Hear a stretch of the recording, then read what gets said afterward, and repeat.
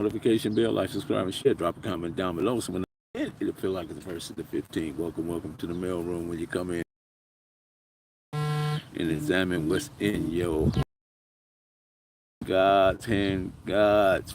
Before they had handguns, they had hand gods. Know that, man. I appreciate every moment, every time I jump on this airway, and and try to give my perspective on certain things that I see and hear out in these streets. The streets are undefeated. Um, People that has this overindulgence in street life.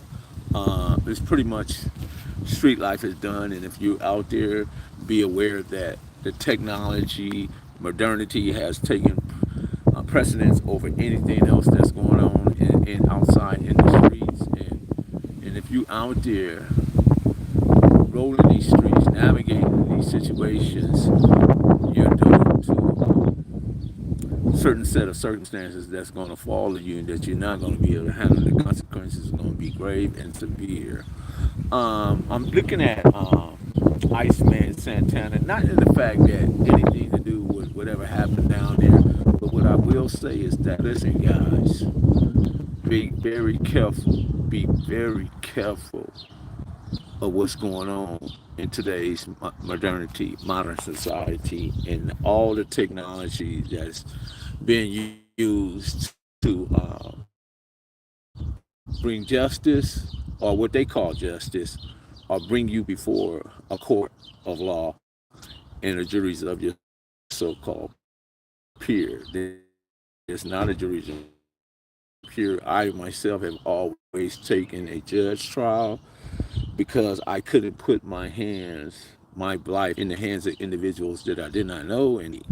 So I had to always follow the law, federal second, federal thirds, understanding this. Right now, we're seeing Big U going through the same process. Again, I'm going to say this again. Whereas you may pay an attorney anywhere from 10, 50, 60, 70, 80, upwards to 100,000 to defend you in any type of criminal case, if you use what is called court-appointed attorney, panel attorney, given to you by the government, they have obligations that come before the client. Respect the court, respect the judge, respect the process of how courts are ran. And you, as a client, you may fall somewhere down maybe about 9 or 10 as what the obligation is to the attorney to you. Oh, but if you have a personal experience with an attorney, you've been working with an attorney, and they know you, you know them, then your chances are far more greater. Or you do what Puffy's doing. He's got a team like OJ. OJ assembled a team of attorneys where he had about 6 to 7, 8 attorneys, and Puff is doing the same thing. Well, what happens when they appoint you an attorney, where they're used to getting these $60,000 to $70,000 to represent you, if you paid them, hired them, the government is only going to give them 25 to 3,500. It's not enough. It's not enough. So they're going to give you the minimum. The minimum. So if you can learn the law, understand what the law is and how it applies, and how to shepherdize the law and find case law that meets whatever situation you're going through, and don't just rely on somebody that's coming in, sitting next to you, and telling you they're an attorney. That's why we get so many cases when they say ineffective assistance of counsel. In other words, the counsel was ineffective in your behalf.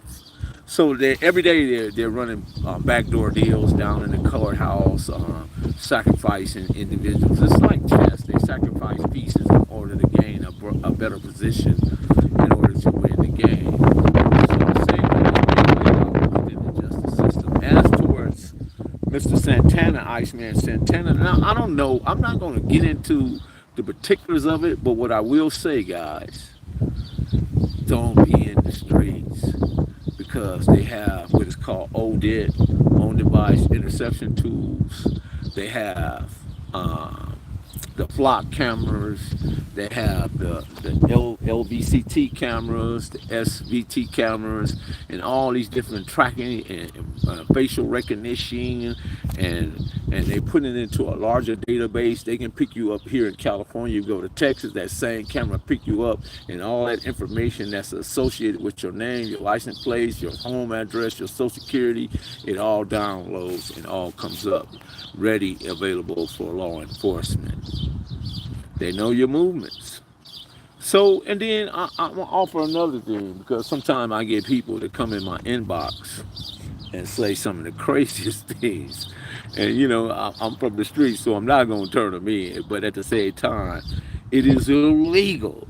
It is legal to put a threat on an electronic device and send it to somebody. It is a felony, a federal crime to do so. So just be conscious of that. Be careful how you do that and how you frame your words and things that you're saying, because you're putting yourself in jeopardy. And when you put yourself in jeopardy, you put your kids, your wife, your family, your home, everything you work hard for. And I'm sure most of you work hard to get your stuff these days, and you're not out in the streets like we were in the 80s and 70s, the 80s and the 90s. Times have changed. So I'm just here to try to open up, wake up, and wake your game up. Can only do so much as to what they're doing or not doing. You know what I mean? Because they seem to have their own mindset.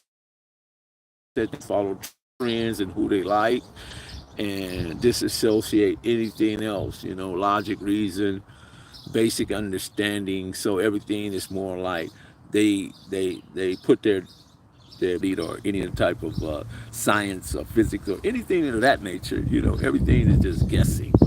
You know, in other words, they defend their emotions and reject any factual evidence leading to something that will give them a broader understanding. They reject that. So, I mean, and the only thing I can do is come on here and say my piece and give my perspective. And then at the same time, when I talk about certain individuals or something, I'm not giving them some type of praise or any of that. Some people deserve what they deserve, and other people they don't. So it's a give and take. I'm down the middle. There's good Damus and there's good keyways, and there's bad Damus and bad keyways. It's good and bad in everything. Bad essays and good essays. Bad white people, good white people. So it's good and bad in everything. So I don't know. I guess we got to keep rolling and keep doing what we're doing, right? And not have be unbothered by naysayers, sidewalk critics, uh, people who have mindless thoughts. You know what I mean? Or things that just pop up in their head that they said it has nothing value to it. It's not value focused. It's not culture responsibility or culture competence or any of that. It has anything. It don't have any of that. It's just pure emotion. It ain't the fact they don't know what to think. It ain't even the fact that they don't understand. The problem is they don't know what thinking is, because they tend to associate it with feelings. And when something becomes feelings, then it becomes emotionalized, and then that becomes reactionary, and then the verbiage get crazy, and then sooner or later they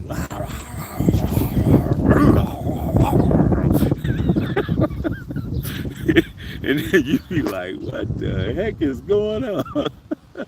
But anyway, don't mind me just watching church movie. We'll go ahead and lock that door. We out.